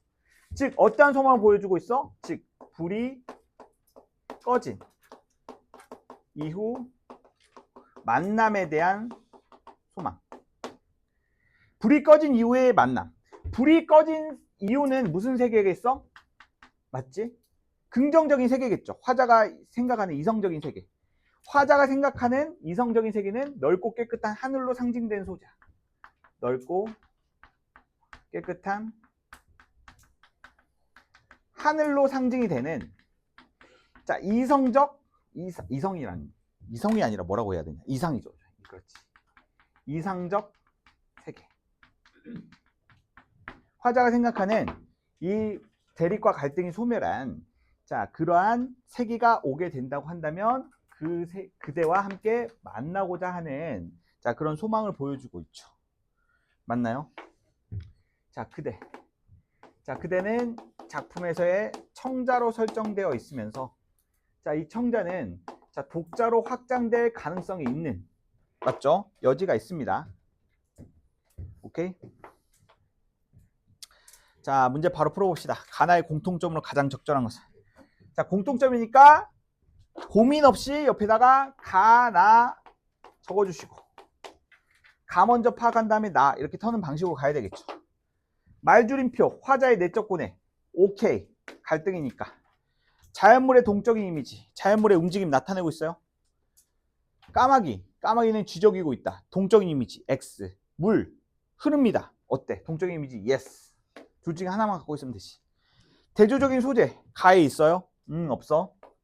과거 해상 가 나타나 있어요? 응, 없어. 청자 명시적으로 설정 까마귀 부르고 있나요? 까마귀야 이러지 않죠. 자, 그러면 1, 2번으로 좁혀놨어. 자, 말줄임표 있나요? 응, 없어. 답 몇 번? 2번. 자연물의 동적인 이미지 물이 흐른다면 우르르 우르르 뭐 이렇게 나오고 있죠. 자, 난이도 하. 자, 2번. 기억에 대한 설명을 가장 적절한 것은. 자, 답 3번. 자, 패스. 자, 3번. 나에 대한 이해로 적절하지 않은 것은. 자, 감은 어느 집은 가물었대. 가물었다. 이건 어휘력. 이거 1번 틀리신 친구들은 어휘력 이슈야. 가물다. 2번에 17번 문제. 플로리디. 책임을 지운다. 지운다. 책임을 지운다라는 것은 책임을 지게 하다라는 의미인데 책임을 지운다. X 이런 식의 의미로 해석을 해가지고 내가 유일하게 떠먹여준 문제인데 그거 진짜 어휘력 이슈. 그러지 마세요. 자, 본문에 지운다라는 의미가 있었기 때문에 맞죠? 자, 아무튼간에 자, 감은 어느 집은 자 생명 이게 부끄러운 게 아니야. 어휘력이 부족한 건 부끄러운 게 아니야. 근데 모르는데 알려고 하지 않는 게 부끄러운 거야. 모르면 찾아보세요. 그냥 대충 넘기지 마시고. 맞지? 가물다. 가물다. 기본형이 가물다죠. 자, 가물었으니까 생명력이 부족한 상박한 현실. 그렇고. 자, 키 큰 나무는 어려움을 겪는 대상에 도움을 주고자 하는 우리와 함께 한다. 함께 서서라는 표현이 있어. 맞지? 죽은 나무 뿌리는 물이 만나 우리가 재생시키고자 하는 생명력을 잃은 존재. 그렇지. 죽은 나무 뿌리 자체가 생명력을 잃은 존재, 직관적으로 연결이 되잖아. 자, 수치된 뼈는 현재 불에 의해서 고통을 받은 존재. 오케이. 자, 물을 외면하는 대상들에 대한 비판적 시각을 드러낸다. 아, 이건 선 넘었죠. 물을 외면하는 대상에 대한 비판의 여기서 비판적 대상은 바로 뭐예요? 불의 이미지요. 불. 맞아요? 대립과 갈등을 조장하는 그 이미지가 비판적 이미지지 물을 외면하는 존재를 비판하고자 하는 것은 맞죠? 우리가 그 범주화를 할 수 없는 정보. 불 꺼진 소리, 이상적인 상황. 그렇지. 왜냐하면 불 꺼진 상황은 넓고 깨끗한 하늘의 이미지와 연결이 되기 때문에. 맞아요? 자, 보겠습니다. 자, 시에서 반복, 리듬 형성, 그리고 구조화. 이런 것들은 음절수, 의문의 반복, 동일한 요소의 반복, 뭐 이런 것들을 통해서 형성이 된다. 자, 볼게요.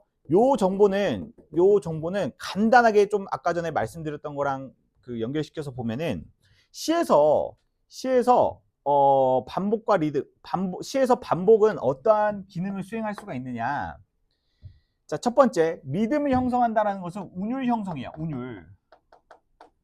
시에서 반복되는 것은 운율, 리듬감을 형성할 수 있거나 아니면 의미를 수식하고 변형시키기 위한 구조화의 일환. 즉 무슨 말이야? 의미를 강조하기 위한 수단으로 쓰인다는 거야.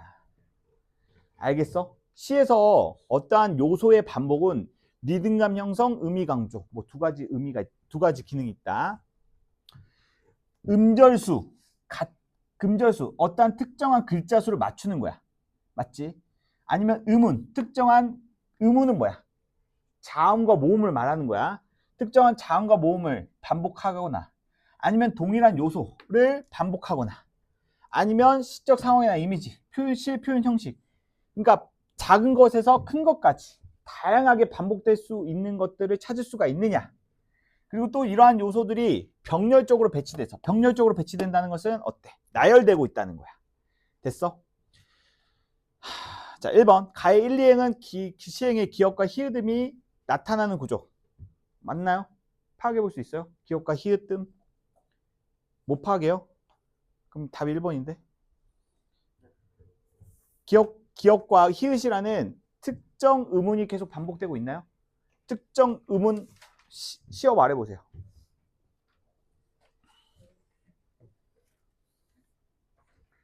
기억음과 히읗음이 나타나는 구조를 병렬적으로 배치한 부분을 확인해 볼 수 있어요. 가에서는.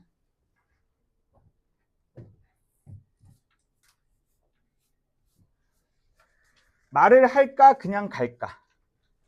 맞죠? 뭐야?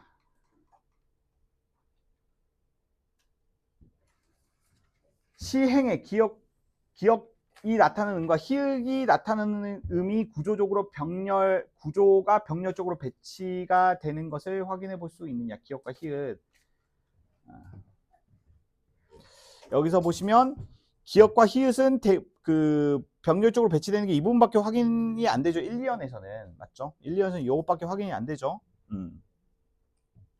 자, 할까하고 갈까는 자, 병치가 되어 있냐라고 물어봤을 때 병치가 되어 있죠.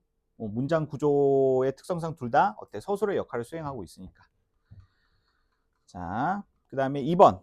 말을 할까 그냥 갈까 따라오라고 따라가자고의 병렬적 배치. 자, 이것도 병치고 이것도 병치. 그러니까 대구법과 달라. 병치는 맞아? 좀 다소 그 위치가 떨어져 있어도 유사한 문장 구조의 반복으로 되어 있으면 병치라고 볼 수가 있어.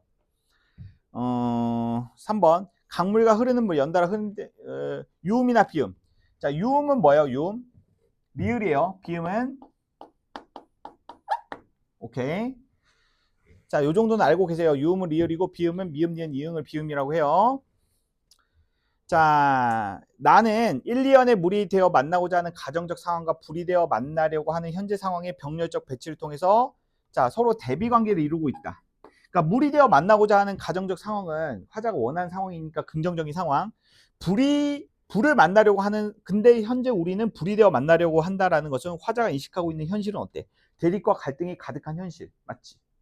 이게 20년 전에 쓰여졌던 작품이거든요. 그때도 그랬다는 거야. 맞아? 그때도 대립과 갈등이 가득한 시대 상황이었다는 거야. 맞지? 지금 더 심하죠? 맞나요? 지금 더 심한 것 같아요. 대립과 갈등. 자, 대립과 갈등. 진짜 그런 것 같아. 진짜 평범하게 생긴 사람인데 근데 어때? 컴퓨터 앞에만 섰다 하면은 키보드 앞에만 섰다 하면 어때? 이렇게 변화하는 그런 친구들이 있더라고. 맞지? 진짜 전전학원이었나? 아무튼 되게 젠틀한 이미지의 선생님이었는데 맞지? 우연치 않게 그 선생님의 그 네이버 아이디에 그 댓글 그걸 확인해 봤거든. 근데 15,000개가 달린 거야. 신문 뉴스 기사에 15,000개의 댓글을 달았던 거야. 그러면서 다르게 보이더라고. 되게 젠틀하고 막 이랬던 사람인데 자, 100개는 달 수 있다고 생각을 해. 100개는. 나는 한 번도 달아본 적은 없어요. 1000개? 이때부터는 좀 특별한 취미인가? 이렇게 생각할 수 있어. 특별한 취미가 있구나.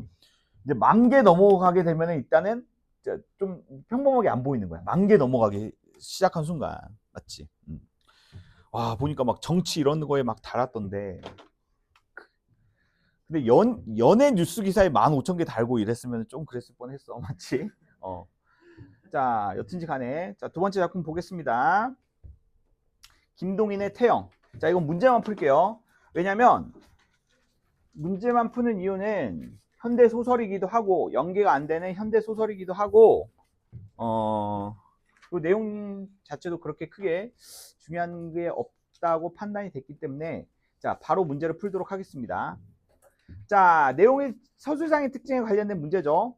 자, 동시에 일어나는 두 사건을 병치하여 긴장감을 조성하고 있다. 동시에 일어나는 두 사건의 병치. 소설에서의 병치는 자, 소설에서의 병치는 자, 무엇을 보고 판단을 해야 되느냐? 자, 이거는 어때? 표지를 보고 판단을 하셔야 된다. 표지를 보고. 표지라는 게 뭐예요? 그렇지. 문두에서 사용되는 접속사를 말하는 겁니다. 문두에서 사용되는 접속사. 그래서 요 사건에 요거를 판단하기 위해서는 자, 그 서술이 시작되는 부분이 있죠. 서술이 시작되는 문두에 접속사만 이렇게 딱 보는 거야. 접속사만 이렇게 보는 거야. 맞지? 접속사만 이렇게 딱 봤는데 근데 이 소설에서 사건 동시에 일어나는 서로 다른 사건을 그 서술해 주기 위해서 쓸 수 있는 병치는 뭐가 있어? 서술할 수 있는 접속사는 뭐가 있어? 한편. 그렇지. 한편이니까 맞지? 한편과 같이 시간의 흐름은 전제하면 안 돼. 곧, 이윽고 이러면 안 돼. 그러면 시간이 흘렀다는 거잖아. 시간이 같지가 않아. 아까 전에 말했듯이 t값이 달라. t값이 다르기 때문에 요거는 동시에 일어난 사건이라고 볼 수가 없어. 맞지? 고전 소설에서는 뭐가 있어요? 각설이라는 게 있어요. 각설. 맞지? 화제 전환시키는 표지. 자, 이러한 식의 표지 유무를 통해서 판단하는 게 가장 베스트다. 오케이? 오케이. 자, 2번. 인물 간의 대화를 통해 인물의 분열된 자의식을 드러내고 있다. 분열된 자의식? 분열된 자의식 하면은 기준값을 뭐로 보면 돼요? 이상의 날개를 기준값으로 보면 돼요. 이상의 날개 정도는 돼야지 분열되는 자의식이야. 맞지? 씨, 아내가 내가 사랑했던 아내인데, 설마? 막 이러면서 막 분열된 자의식 드러나고 있죠. 3. 이야기 속 인물이 자신의 경험과 심리를 직접적으로 서술하고 있다. 이야기 속 인물, 자신이란 말에서는 우리가 이 소설의 시점을 뭘로 볼 수가 있다는 거야. 자신이란 말이 나왔기 때문에. 1인칭이란 말이야. 이거 1인칭입니까? 1인칭이에요? 나라는 말이 진술이 나오고 있기 때문에 1인칭이죠.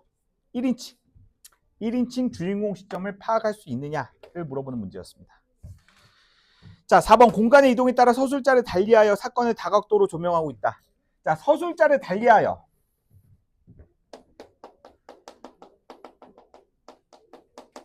서술자를 달리한다는 말은 여기 달리만 꺼내봐. 얘들아, 달리만 딱 꺼내봐. 달리라는 말은 뭐냐면 서술자가 교체된다는 말이거든. 서술자가 교체되려면 어떻게 파악해야 된다고 했어? 그렇지. 중략 전과 후를 비교해 보면은 서술자의 교체 유무를 알 수가 있다고 했어. 자, 가령 중략 전에는 나라는 말이 나왔는데 후에는 나라는 말이 나오지 않아. 그러면 1인칭에서 3인칭. 맞아? 반대의 논리도 마찬가지고.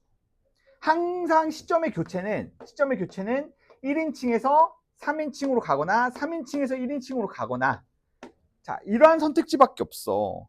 1인칭 주인공에서 관찰자로 가거나 3인칭 전지적 작가 시점에서 3인칭 작가 관찰자 시점으로 가거나, 각 인칭 내에서의 변화는 나타나진 않아. 알겠어? 5번 시간의 역전. 2번 6월 모의고사. 18, 19, 20, 21번 보기 문제에서 나왔던 진술이지. 이거 몰라가지고 어때? 21번 틀렸으면 너무 아쉽잖아.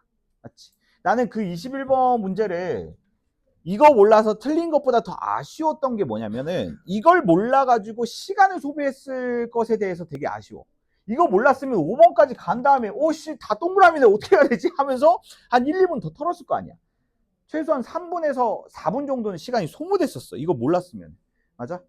그러니까 문학은 이런 특정한 개념어 있잖아. 특정한 개념어. 이런 것들을 어때? 기출 공부하다가 주간지 풀다가 모르는 게 있으면 다 정리하고 가야 된다는 거야. 알겠어? 시간의 역전이라는 것은 과거로 이동한다는 거지. 됐어? 자, 그 다음에 2번 보겠습니다. 기억과 니은에 대한 이해로 가장 적절한 것은. 기억과 같은 상황은 자, 기억은 뭐고 니은은 뭐냐? 지옥이었다. 왜 지옥이었어? 자, 상황을 보니까 이 좁은 감옥 안에 사람들이 지금 막 모여있는 상황. 땀나고 불쾌하고 냄새나고 힘들죠? 맞나요? 지금 이 5평 남짓한 이 공간은 지금 이 강의실에 4분의 1 정도 되는 공간이야. 4분의 1이야. 3분의 1 정도 되는 공간이야. 근데 여기보다 인원이 막 2배 이상 더 많아지는 그 상황을 생각을 해봐. 맞지? 막 죽겠죠. 거기는 에어컨도 없단 말이야. 자, 그 상황 속에서 자, 지금 니은 진술 보자. 자, 그래 당신만 사람이란 말이요. 이 방 40여 인이 당신만 나가면 그만큼 자리가 넓어지는 건 생각지도 않소. 자, 어때? 지금 이 사람은 태형이라는 자, 그런 처벌을 받았어. 근데 이 태형이라는 처벌을 받으면 이 사람은 죽을지도 몰라. 그래서 공소를 하려고 해. 공소를 한다는 것은 뭐야? 이 사람이 나가지 않고 이 공간을 계속 점유한다는 것을 의미해. 근데 지금 이 방의 환경을 생각을 해봤을 때 한 명이라도 더 나가야지 다른 사람들이 좀 그 생존에 수월한 상황이야. 그래가지고 이 사람이 이 태형을 받아들이지 않고, 맞죠? 자기가 이걸 맞으면 죽겠대. 난 그냥 죽을 수밖에 없대. 그래서 공소를 해야 되겠대라고 했더니, 자, 그가 이렇게 말을 하는 거야. 야, 너 하나만 나가면 우리가 이렇게 조금 더 이제 그 편하게 넓어질 수가 있는데 너 하나의 이기심 때문에 우리가 이렇게 고통받아야 되느냐? 근데 너 하나의 이기심으로 치부하기에는 이 사람은 어때? 생존이 달려있단 말이야. 무슨 말인지 알겠어? 즉 극한의 상황이 만들어낸 극한의 이기심, 집단적 이기심에 관련된 진술이라고 봐야 되겠죠. 맞아요. 이 사람 죽을지도 모르는데 네가 죽는 건 우리가 알 바 아니고 그냥 당장 꺼져줬으면 좋겠어. 이러고 있잖아. 맞아? 할배 갈 때 되셨잖아요. 빨리 가셔야죠. 이렇게 말하는 거랑 뭐가 달라. 맞지? 자, 그것은 이러한 기억이라는 환경이 맞지? 기억이라는 환경이 충분히 개연성 있게 그 사람의 진술로 하게끔 이제 유도했다고 봐야 되겠죠. 맞나요? 자, 그렇죠. 이건 1번으로 봐야 될 것 같아요. 1번으로. 맞죠? 자, 그 다음에 3번 보겠습니다. A에 대한 설명으로 가장 적절한 것은? 자, 요거는 1번, 2번, 5번까지는 답을 고르기가 좀 힘들었을 것 같고, 맞지? 3번하고 4번만 보겠습니다. 자, 봐봐. 앞 문맥을 파악해 보면은 바깥은 어느덧 어두워졌다, 밤이 됐다라는 진술로 이어지고 있죠. 그러면 대동강 빛과 같은 하늘은 온 세상을 덮었다. 자, 일반적으로 앞의 진술을 확인하지 않았으면 대동강 빛과 같은 하늘의 이미지는 이 3번 선택지에서 말하는 것처럼 청명한 하늘의 이미지로 자의적으로 해석할 여지가 있다. 하지만 앞부분의 시간의 흐름에 관련된 진술을 확인했어. 밤이 됐어. 그럼 밤이 됐으면 이 밤이 됐으면 대동강 빛도 어떻게 되겠어? 어두운 이미지겠지. 맞니? 청명한 하늘빛이라고 볼 수 있는 근거는 없다라는 거야. 그렇기 때문에 자, 앞부분 진술을 확인했냐, 확인하지 못했냐가 3번하고 4번을 고르는 기준이었다. 오케이? 자, 그리고 요거는 보겠습니다. 3.1운동 직후 감옥 안에 묘사한 김동인의 태용에서는 옥중계 1절이라는 부제가 붙어 있습니다. 자, 이 작품에서 지금 감옥에 갇혀있는 사람들은 뭐 하던 사람들이래? 3.1운동 하다가 붙잡힌 사람들이래. 맞지? 그런 사람들인데 중요한 거는 자, 이러한 비좁은 감옥 속에서 사람들이 어때? 극한의 생존 환경 속에서 인격의 변화 그리고 갈등과 존엄성, 인간의 존엄성마저 무너져 내리고 있는 것들을 되게 사실적으로 묘사를 했대. 맞아? 아무튼간에 자, 그리고 아까 전에 봤던 인간의 생존 본능과 비도덕성, 이 극단적 이기주의, 맞아? 사람의 목숨이 달려있는 그 상황 속에서도 마치 자신들의 조금이라도 자신들이 처한 생존 환경을 조금이라도 더 개선시키고자 집단적 이기주의가 반영된 아까 그 발화에 있었잖아. 미음 밑줄. 자, 이런 것들을 통해서 작가는 환경에 따라 개인이 어떻게 변하는가를 환경 결정론의 입장에서 보여준과 동시에 그렇지. 자, 환경에 따라서 인간의 모습은 달라질 수 있다라는 거야. 무슨 말인지 알겠어? 아무리 착하고 인자해 보이고 이러한 제너러스한 사람들도 최악의 생존 환경에 놓여 있으면 그 사람의 본성은 어때? 다르게 나올 수 있다. 뭐 그런 말이겠죠. 맞나요? 좀 맞는 것 같아요. 자, 그러면서 이러한 상황에 이제 사람들이 내몬 일제의 잔혹함도 고발하고 있다. 이런 진술도 나오고 있어요. 자, 1번 무난하고요. 맞죠? 2번 이거는 자, 냉수 한 모금이라는 것들 맞지? 모든 것들을 희생해서라도 냉수 한 모금을 마시고 싶다라는 것은 자, 극한 환경에 내몰린 인간이 겪는 존엄성 상실 맞아요? 물을 마심으로써 생계를 영위하는 것은 인간의 당연한 권리라고 볼 수가 있는데 그것마저도 지금 억압받고 있는 거잖아, 맞지? 영감이 공소를 취하는 것을 통해 생존 본능을 억누르는 극한 환경에 맞서서 상실된 존엄성을 회복하고자 하는 개인의 의지 뭔가 이상하죠? 영감이 공소를 취하는 것은 어쩔 수 없는 선택이죠. 깜빵 사람들의 무언의 그 압력에 의해서 취하를 하게 되는 거잖아. 생존 본능을 억누르는 극한 환경에 맞서서 상실된 존엄성을 회복하고자 하는 개인의 의지. 누구의 의지? 영감의 의지가 드러나는 거예요. 그러니까 여기서 봐봐. 이러한 그 지시어나 대명사로 이제 표현이 됐을 때 이 지시어나 대명사가 선의 문맥에서 정확히 누구를 의미하는지를 연결을 시켜보면 어렵지 않게 파악할 수 있어. 여기서 개인의 의지는 제3자가 아니라 누구야? 여기서는 영감이야. 영감의 의지를 보여주고자 한다. 존엄성을 회복하기 위해서 나는 나의 존엄성을 회복하기 위해서 차라리 태형 맞고 뒤질란다. 라는 게 존엄성을 회복하기 위한 영감의 노력이에요. 라고 보기에는 무기가 있다라는 거죠. 아무런 단서가 없어 거기에. 됐지? 자, 나머지는 패스하겠습니다.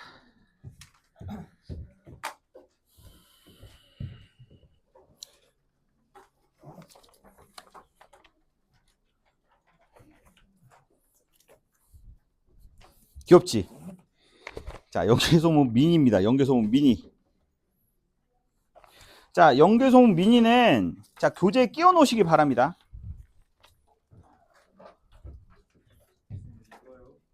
응? 어떤 거? 아니야, 끄지 마.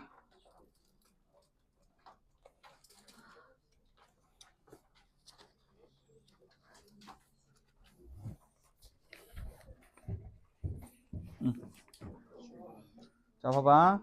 자, 못 받으신 분.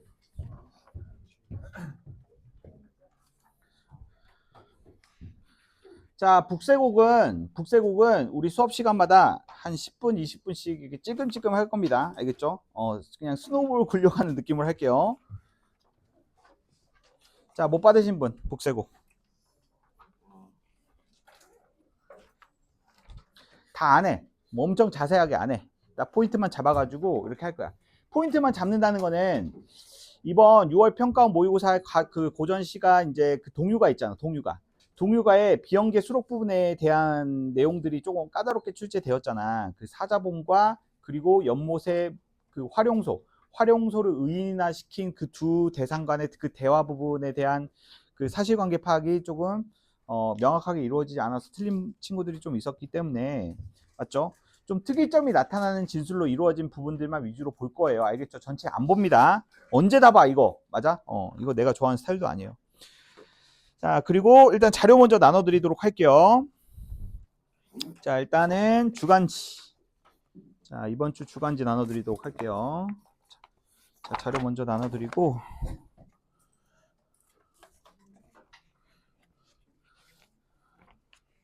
자, 말씀드렸지만 이 주간지는 화요일 반속 교재이기도 합니다. 알겠죠? 자, 뒤로 뿌려. 자, 뿌리세요. 뿌려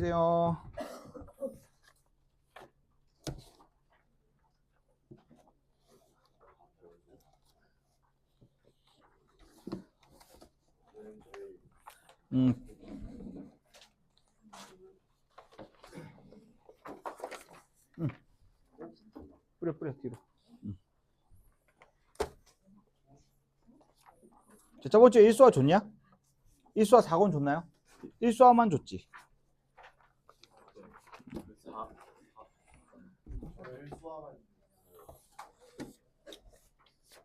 저번 주에 1수화만 줬지. 1수화. 오케이. 야, 선택 과목은 지금 딱 봐도 지금 부족한 것 같은데. 아씨.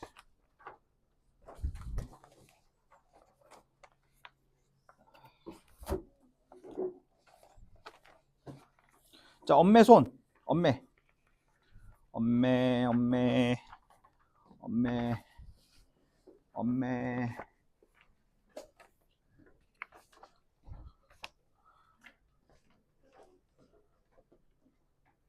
잠깐만.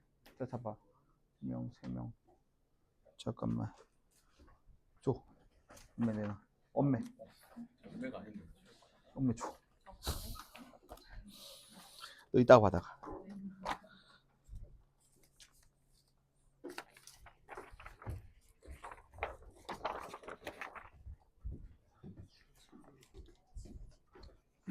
오케이.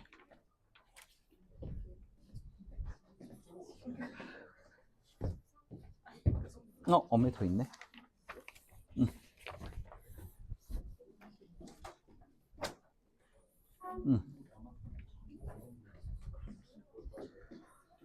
자, 이름이만 따로 받아가. 알았지? 다시 엄매. 자, 이거 정답지 끼워 놓으세요. 알겠죠? 정답지 끼워놔. 이거 엄매에다 끼워놔. 엄매 주간지에다 끼워놔. 옆에 친구들한테 주고. 엄매 끼워놔. 끼워. 됐어.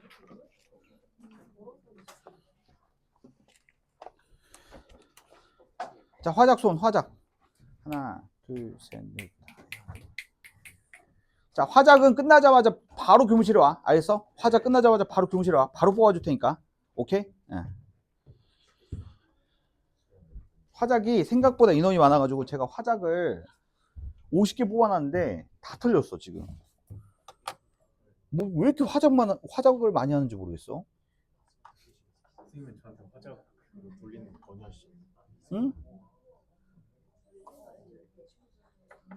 선생님 때문에 화작이 응? 가자.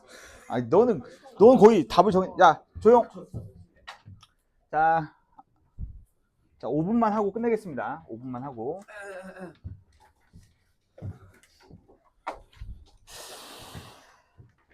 자, 다음 주 과제는 자, 그 주간지 다 풀어 오시고요. 자, 주간지 풀어 오시고 주간지 풀어 오시고 다음 주 화요일에 이제 주간지 기반으로 이제 수업을 할 거고요. 알겠죠?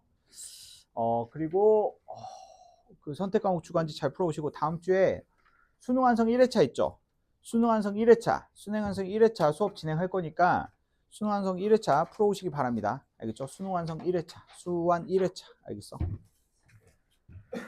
자, 북새곡 보도록 하겠습니다. 북새곡. 자, 여기다 적으세요. 딱 5분 수업만 하고 끝내겠습니다. 자, 북새곡의 구성. 자, 봐봐. 이거 가사야, 가사. 장평 가사거든? 사음보 연속체인 가사를 의미하는데 가사는 보통 3단 구성이야. 3단 구성. 서사, 본사, 결사, 서본결 3단 구성인데 오케이. 자, 첫 번째. 서사. 자, 이 서사 부분의 내용은 자, 복명으로 되어 있어. 복명. 선생님, 복명이 뭡니까? 처음 들어보지? 복명은 뭐냐면 임금으로부터 어떠한 직을 제안받았다라는 뜻이 바로 복명이야. 알겠어? 자, 임금으로부터 어떤 직위를 자, 제수 물려받았다는 뜻이야. 맞아? 어이야. 씨발 어이라고. 제수. 알겠어? 의도적으로 쓴 거 아니야?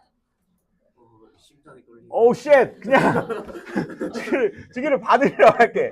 오우 씨. 나도 아무런 생각 없이 썼어. 미안하다. 아무런 생각 없이 썼어. 자, 직위를 받았다라는 거 복명.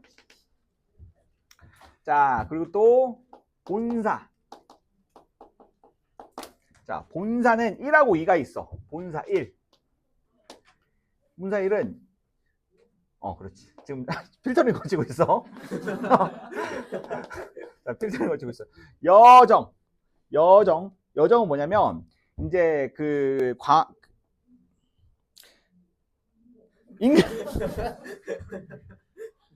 자꾸 렉 걸리잖아. 이러니까 임금이 있는 곳에서 근무지까지 가는 과정인 거야. 맞아? 그래서 근무지까지 향하는 여정이 나타나고 있는데 이 여정이 한 3분의 1 정도 됩니다. 3분의 1. 전체 가사 부분의 3분의 1 정도 되는데 한 250줄 정도 돼요. 맞죠? 중간에 막 절도 가고 어디도 시장도 가고 막 그래요. 막 여정. 그 여정 부분에서의 핵심은 바로 뭐냐면 핵심은 자, 대화체 구성이 많이 나타나거든. 그러니까 이 작품을 주목하는 이유가 뭐냐면 이번 6평에서도 비연계 부분에서 이제 서로 다른 두 인격체가 이제 대화를 이루는 부분들이 서사로 제시되었고 그게 좀 파악하기 힘들었었잖아. 그게 25년 수능에서도 그랬거든. 25년 수능에서도 이 사설시조 어땠어? 그 여인과 그 아이들의 대화. 맞아? 그러니까 이 대화체로 구성이 된 부분들이 요즘에 출제가 좀 많이 되고 있기 때문에 이게 고전 시간 같은 경우에는 이제 그 작은 따옴표나 큰 따옴표 등을 사용을 해가지고 이 대화 주체나 대화 발화를 일반적인 서술 진술과 구분하는 표지가 없기 때문에 우리가 어디까지가 대화고 어디부터가 서술이지? 라고 혼동하는 경우가 많아. 그래서 그 지점을 노리는 문제가 요즘에 많이 출제되고 있기 때문에 자, 이 작품 또한 전문을 주목해서 내가 이제 이걸 준 거야. 아무튼 대화체 구성이 많이 나타나고 있기 때문에 이거는 제가 구분을 해줄게요. 여기선 대화가 나타난다. 누구하고 누구의 대화. 알겠어? 자, 그리고 또 이 여정 과정에서는 백성들의 피폐한 삶이 드러나. 백성들의 피폐한 삶. 자, 여기서 화자가 받은 직위는 뭐냐면 암행어사야. 암행어사 지위를 이제 하사 받았거든. 하사를 받아. 3번 쳤어. 벽 3번 쳤다는 건 뭐야? 컨트롤 Z. 실행 취소거든. 맞아?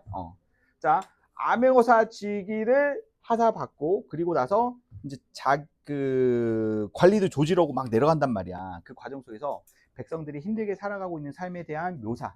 맞지? 자, 삶을 이제 묘사의 방식으로 막 드러내. 묘사의 방식으로. 자, 그리고 두 번째는 이제 부임이야. 부임을 했어. 부임을 했다는 것은 이제 거기 가서 근무지에 가가지고 탐관오리를 이제 정벌하는 내용들이 나오는 거야. 맞지? 이제 근무지에서. 근무지에 부임을 해가지고 여기서 무슨 내용이 주를 이루겠어? 자, 탐관오리를 정벌하는 내용이 나오겠지. 맞지? 탐관오리 정벌하는 내용이 나와. 오케이? 자, 그 다음에 탐관오리 실컷 서탕을 하고 이제 결사 부분의 내용은 이제 미션 컴플리트 했으니까 어떻게 해야 되겠어? 다시 돌아와야 되겠죠. 맞아? 여기 결사 부분은 귀로로 되어 있습니다. 귀로. 이제 돌아오는 부분. 무슨 말인지 알겠어? 그러면은 출발지에서 이렇게 돌아가고 있는 거잖아. 맞지? 여기서 시작을 해가지고 한 바퀴 쭉 수없이 많은 장소들을 돌고 다시 어때? 그 임금이 있는 곳으로 돌아가는 과정을 취하고 있거든. 임금한테 돌아가는 이유는 바로 뭘까? 보고해야 되잖아. 맞지? 뭐 DM 보내? 탕관오리 척벌했습니다. 이러면서 DM 보내?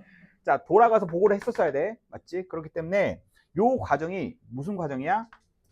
그렇지. 귀로 형식으로 되어 있는데 이러한 형식은 바로 이 작품이 기행가사의 측면을 따르고 있다는 것을 나타내고 있어요. 기행가사는 딱 이제 한 줄만 하고 끝냅시다. 장소의 이동에 따른 자, 첫 번째